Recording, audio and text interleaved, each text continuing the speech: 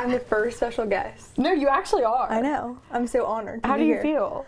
I feel sweaty. Yes, because we're filming this in the Next Round Studios at like 9 o'clock, I think. It is literally 9 o'clock.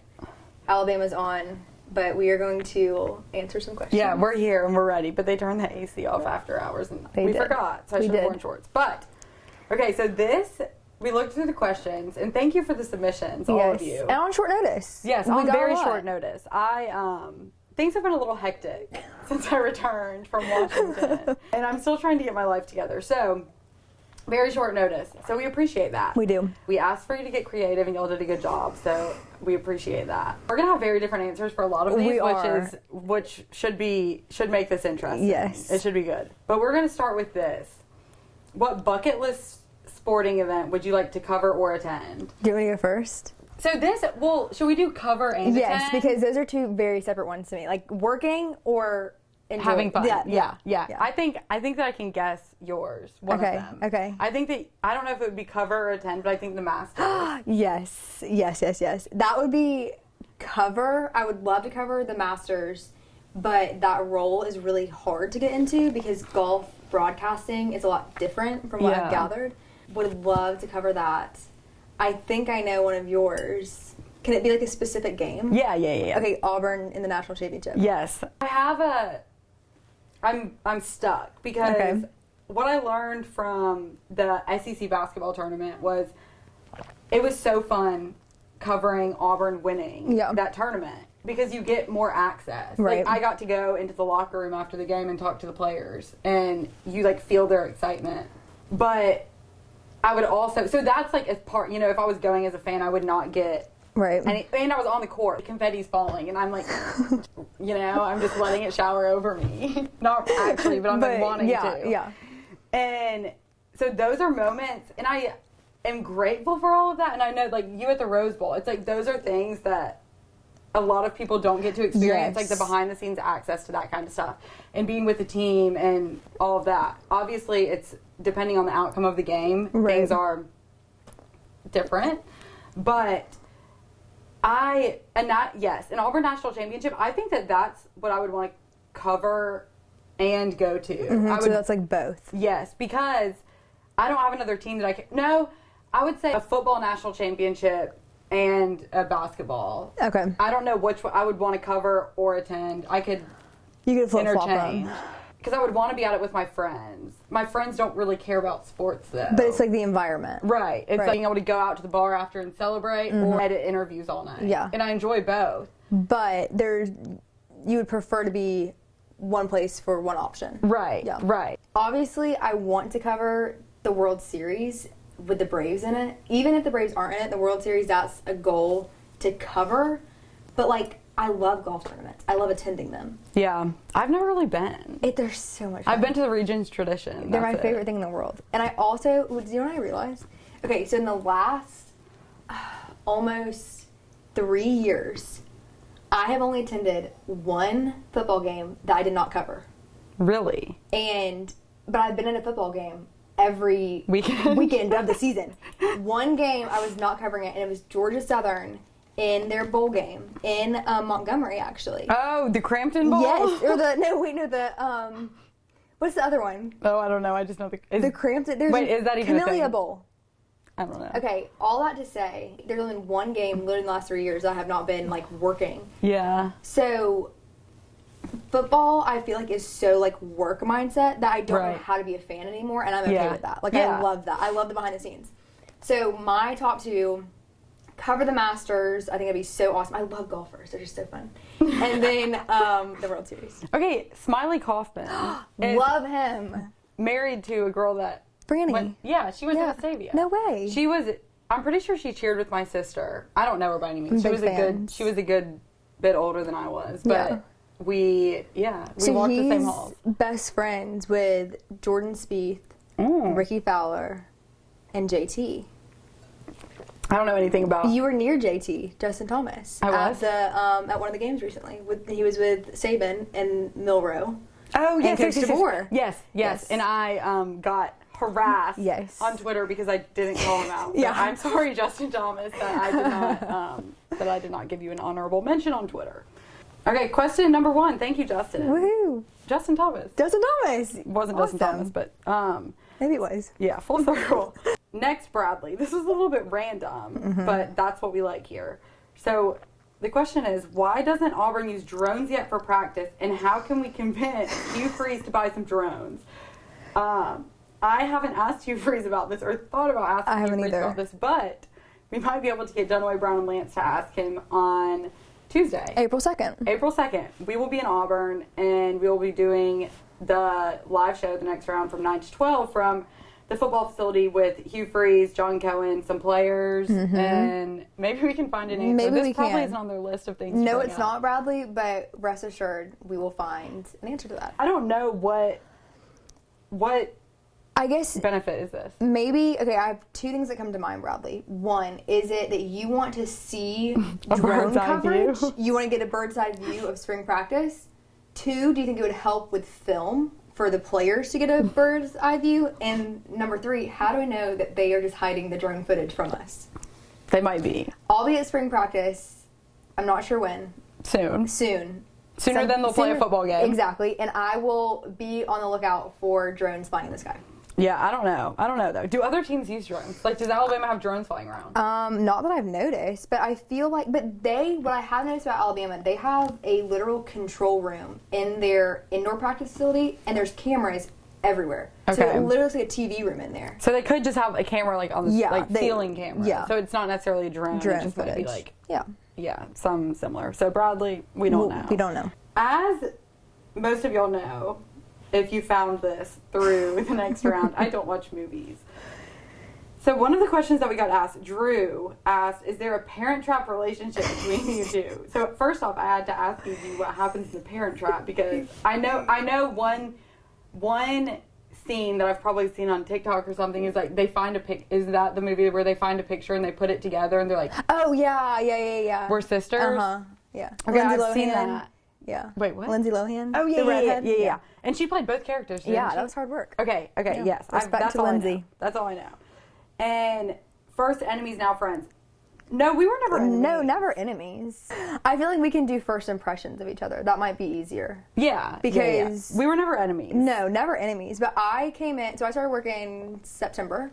Yeah, right before football season. Literally, right Like, before. hello, go to Yeah. Tuscaloosa. Basically, I walked in here and on a Tuesday, and by Saturday, I was traipsing down to the Texas-Alabama game. Yeah, what a welcome. What a welcome. And so I feel like in the fall, my schedule, like I was not here. I was in and out, like constantly. Either in Auburn or Bama. But I remember when I first got here, because I had to move here from Atlanta. I like knew no one.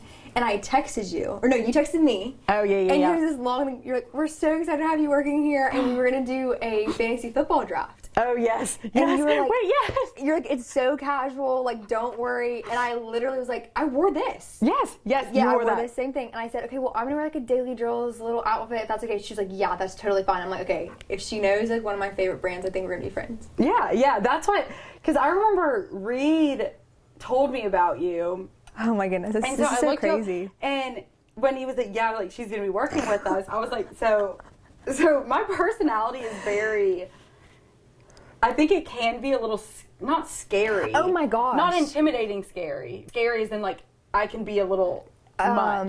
No, the first day I freaked out. Yeah, Your first day of work. my first day of work, I will never forget that. We were back there, and there was an incident that was taking place, and I was like, I feel like I really don't like it here. So that did not scare me off more. Yeah, well, I lost my mind basically. Well, the reason that y'all love Taylor is for her personality, and she is who she is on camera, in the lobby, like no matter what. So very authentic with that. And as you guys know, it's like why you love to watch her, like why you love her Auburn fandom, because she just says what's on her mind. Yeah, it was something. And I was very fired up. Yes. Reed, once he told me, I was like, okay, well, should I text her? So I was like, does she know people here? What's going on? And so we went and got dinner. Oh my gosh, I forgot all about that. Yeah, that's like my first memory. Well, I think that is the first memory. Barely remember that. Isn't that so funny? We went to Taco Mama. Yeah, we went to Taco Mama. We have Kelsey up here too. Yeah. But other than that, like we work in a very male-heavy industry. For sure. So it is refreshing. Yeah. To have another girl around. Yeah, and we're both 80 pies. Yeah. Oh, yeah. We're sisters. We're both 85s. She was a lot more involved than I was. I was very involved, and I know that can be cringy to some people, but No, it's fun. Yeah, it's fun. I don't know because I didn't do it. But No, but like you appreciate it. yeah, some of my friends did some stuff. I love. No, I was involved. I made our website. Yeah. Okay, I was involved. Cheers. For like a week. But you were more involved.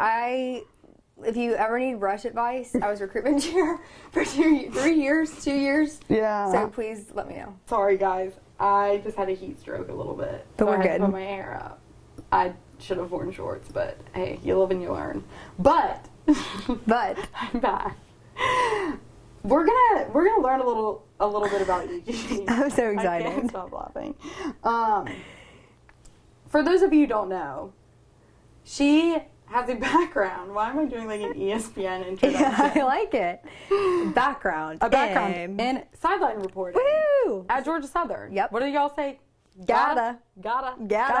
Okay, so how did you get started? Just give us a Synopsis. Give us a run through. So this is from Elise. I got started. My first job in sports was I was a men's basketball intern. So Hell yeah. I was planning alumni reunions. Wait, so did your dad attend those? Yes. Okay. So my dad, I guess I gotta start from the beginning. My dad played basketball at Georgia Southern, and my mom went to Georgia Southern.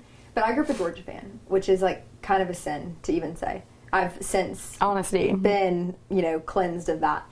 And so when I was a freshman, I knew I wanted to work in sports, but unlike, I don't know, the medical field or law school, things like that, there's not a set path that you take to get to this side of things. It's kind of about who you know, in a sense. It's all about who you know. And so I was at Georgia Southern, and my dad was in town for the men's basketball alumni reunion, and he wasn't going to go, but he was like, well, EG is down there now, so we'll pay a visit. Mm-hmm. Long story short, it is all about who you know. He introduced me to his old friend, Tracy Ham, and he is a Georgia Southern football legend. Awesome. Owe so much to him. And I told him I want to be a sideline reporter. And he said, okay, I'm going to give you a name, but it's up to you to run with it. And now the joke is I ran with it. And that same day, his old basketball coach who ran the alumni side of things for men's basketball, he offered me an internship. Oh, wow. And so the internship, y'all, like I said, I was planning alumni reunions. So it was event planning. And I was also going through white pages, like the phone book. I still have a subscription. And finding old players' phone numbers and addresses to build an alumni database. And so that was where I started. And I was doing that, and then I got a job with they were ESPN2 at the time, but it was like the Georgia Southern entity of broadcasting. And it was not very big at all. It's not what you think when I say that. So I started off there, and for an entire football season, when I was a sophomore, I held a camera wire to a handheld camera. So I followed the person around that takes the shots of the fans, and I held a wire whole football season. And during that time, I learned how to work cameras. I became a color commentator because this was during COVID, so they didn't have any sideline reporters. And so I had to color commentate games. So baseball, did you know that? Wait, what was your first? I've heard that, but I want to hear the story of your first game. My first game, like color commentating? Yeah. Y'all, it was women's soccer against Mercer. I will never forget that. And it was in September. I started working August, and there were not a lot of like girl commentators, like female voices. Yeah. And so I was so nervous. And I remember I was in the press box, and I had all my notes, and they were so colorful and like cute. Put together. So silly now. A little bit. My notes are still colorful and organized, but not how these were. They were like cursive and calligraphy. And I had them all spread out and like color coded by the team color. And that's good though. Yeah, it was good. It's just funny to think about. And so the open happens, and this is ESPN Plus, and the play-by-play, his name is Danny, and so he starts things off. So I do the open, and I think I said like a player to watch. And then he asks me a question, and I straight up just don't answer. Because you didn't know what to say, or did you black out, or what? I just was like, no, I'm not going forth with that. I can't remember what the question was. I plead the fifth. I just sat there. And then the rest of it, and this women's, so I did not play soccer. So I had to learn the game of soccer prior to this.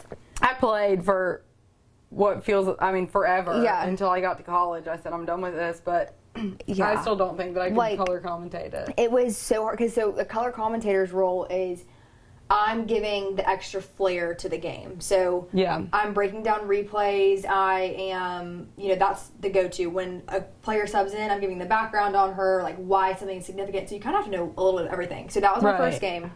And then I did women's and men's basketball. And then I did baseball and softball.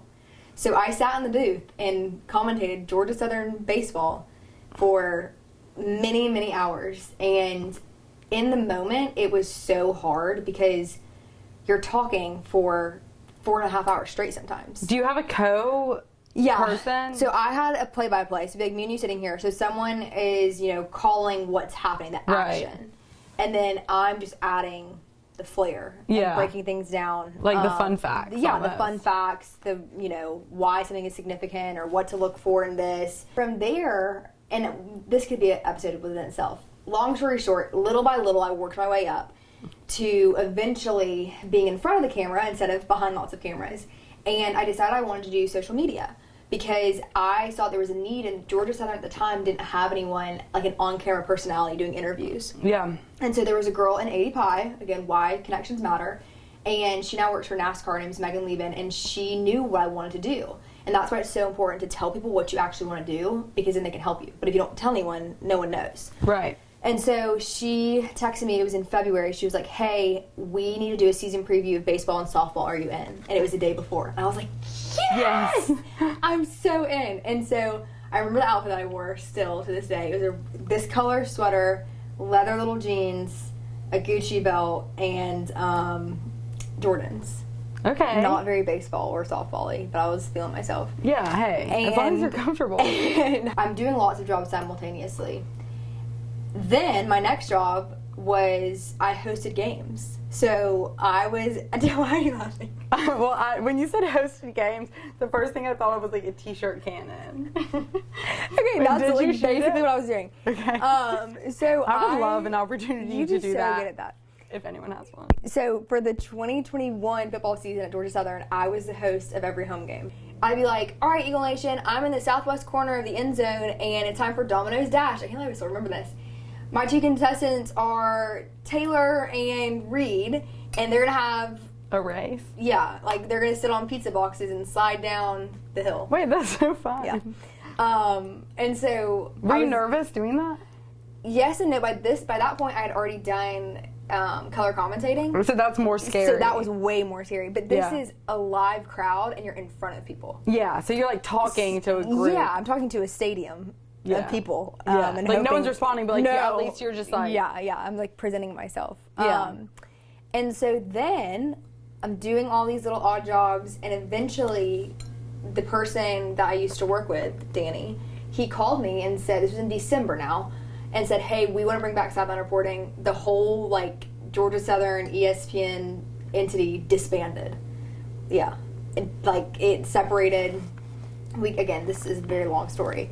But, like, there's two of us left, and we want you to come back. And so I was like, oh, my gosh, let's do it. So I'm completely self-taught.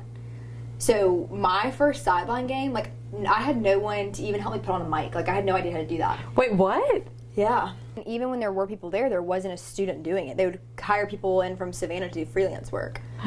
So it was trial and error, and it took about 2 months from February to the Georgia Southern spring game for me to feel confident doing it. But like I said, I'm completely self-taught, and I learned so much from that experience.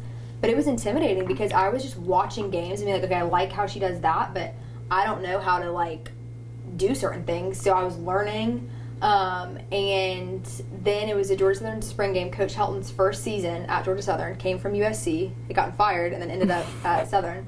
And awesome. And I covered him and his staff. Brian Ellis was the offensive coordinator who is now at Alabama as a tight ends coach. So many Small connections. world. And do not be afraid of small beginnings. I've said that before, but you're never too good for a job because it will serve you in some purpose. Don't turn anything down, guys. No, don't do it. We are transitioning away from work. Away from work. We all need a little work-life balance. We do. right? And this is what this question is. Yes. And this is from Adam. Thank you, Adam, for your submission. Where is your favorite vacation destination? Mine is so simple. The 30A. Yeah. Okay. 30A or Ponte Vedra. Whoa, what's that? Oh, is that where, TCP? TVC? Yeah. Okay. I don't know. I'm in the same realm of I like to be somewhere tropical. I like to be on a beach. I like to get tan. That's why I hate the winter because I get pale. Oh, I hate it. And when I go on vacation, I like to relax. I don't want to go to a museum or anything like that. No. I'm trying to lay in the heat. And bake. Yeah, I'm like, I want to get tan. I want to have some good drinks, good food, hang out with my family or friends, whoever I'm with, and do nothing, basically. Agreed. Like, I would like to go on, like, a boat ride, or, something that requires no effort. Yes. Basically, is what I see as vacation. I think there's a difference in traveling and vacation. Okay, yes. I've never thought of that, but yeah. Traveling is when you are, to me, it's like Sightseeing. Maybe you're in a different country and you want to make sure, like, you see everything. But that's not a vacation. Like, you need a vacation after that. Whereas I agree. Vacay, when I want to get away, like, I do not, the only thing I want to lift my finger for is, like, getting ready for dinner. Yeah. Not even that. I don't get ready for anything. To shower. And, like, get in bed. Yeah. I agree with that. And that's what, because we went on a big family trip after my sister graduated college. And my parents know when we're planning a vacation, we can go, because we went to Italy. So, like, there are cool things there that you want to see that are historic or whatever. But at the same time, they know, like, we know downtime. Because my mom's the same way that I am. I don't love history at all. I don't like it. I don't not love it. Like, I dislike it. Yeah. I dislike it. I'll just go ahead and say that. I'll go see the Colosseum and all of that kind of stuff. I don't want a 4-hour-long tour about... Of, like, the Vatican. Right, no. So I think it is what you're saying. It's like when you're going out of the country, and there are things that, like, it's like, if you're going to come here once in your life, you need to lay out on these things. Yes. But I think that my family has we've learned a good balance because my mom and I are very similar in the fact that we want to relax. Yeah, and we get bored. I'm just like, I don't want to learn anything while I'm on vacation. Like, don't teach me anything. Right. I'm just trying to have a good time. We're on the same page there. We are. We like a warm vacation. And then this is something that I feel very passionate about. This is from Jordan. Thoughts on future apparel deal for Auburn. And he says that he is one of the very few that actually love Under Armour. This is interesting because I don't have much skin in this game, if you will. Georgia Southern was an Adidas school, so I'm gonna let you take this one. I feel strongly about this to an extent, which that probably sounds contradicting, but I'll get your take on this. Okay. Do you think athletes, they're being recruited by however many different schools? How much weight do you think a brand carries? So say, let's just use Auburn and Alabama as an example. Auburn, Under Armour, Alabama, Nike. Like, do you think... That would sway someone? Yes. That's an interesting question. I think that in today's day and age, I do think it's mattering more. Everyone is, like, materialistic. Yes. Which is not a good thing, but that's just how the world is. And I do think that there are players out there that would be a deciding factor. They're like, I love Nike. I've only ever worn Nike. I'm going to Bama because of that. But in that same breath, I think there's a lot of players that they don't care. Right. Right. So my take on it is I've heard that when it comes to basketball, Nike is The primary. a better brand for shoes and whatever. I don't know anything about basketball. That would shoes, make sense. But that's what I've heard. So I understand that. I think from a fan perspective, and I'll speak on behalf of my guy friends, that realm of people, they all like Nike products more than they like Under Armour. So right now, obviously, the stuff that's sold by the university is going to be Under Armour with, whatever logo. I think that my friends would buy more if it was Nike product. I would agree with that. So, and I think that would have a positive impact on the school because it's like if more people are buying stuff, then wouldn't that increase the revenue? I don't know how all that works. No, I see exactly what you're saying. And Mikey and his brother, both Auburn grads. Yep. They don't mind Under Armour, but they're always like, man, like, I know that Nike makes really cool uniforms. And, like, I'd love to see, like, what they could come up with for Auburn apparel. And I do think that they would probably buy more. Yeah, and I mean, there are people like Jordan who like Under Armour, but I think that the majority prefer Nike. I feel strongly about it because I'm like, if people are saying that it's going to impact recruiting and stuff like that, I just don't see why we wouldn't switch over unless, and I saw some random thing about the Under Armour stock, whatever, that it's not as valuable as it once was. Yeah. And with that, it makes me think that they wouldn't be offering Auburn as much money for a deal. So I don't know the logistics behind it, but based off of people that I know, I think that they would prefer to wear Nike stuff. I think they like the product better. And if it's going to have a positive impact on recruiting, then just do it. Then why not? And Charles Barkley said it. So he did on this show, or not this show, but on the next round, he said, "Get my Auburn Tigers in Nike." Wow. So listen to Charles. But I just think if the money being offered isn't that different, then just change. And it's not like anyone's going to leave a Nike school to go to an Under Armour school. And I don't know, like, I haven't talked to players about any That'd be of an interesting story to do with former players and, like, recruits and current players of how much weight is in all of that. Do they even think about that? So much fun. It's so much fun. We're going to watch the second half of this Alabama game. We are. Yeah, and when y'all watch this, we will find out who's playing in the Elite Eight. Yeah. In LA. And Clemson upset Arizona. They did. So they destroyed my bracket. Thank you, Clemson. I know. But again, thank y'all for the submissions. And on short notice. Yeah. This was very short notice, like literally less than 12 hours. But you guys less than 10 hours. Yeah. Less than 8 hours. Maybe 6. Yeah, probably 3 hours before. So thank y'all. We appreciate it. And I would appreciate if you subscribe, like this video, and then if you have a question that you're already thinking of for next week, go ahead and comment it while we watch the rest of this game. Yes. But until next week, cheers. y'all have a good week, and happy Easter.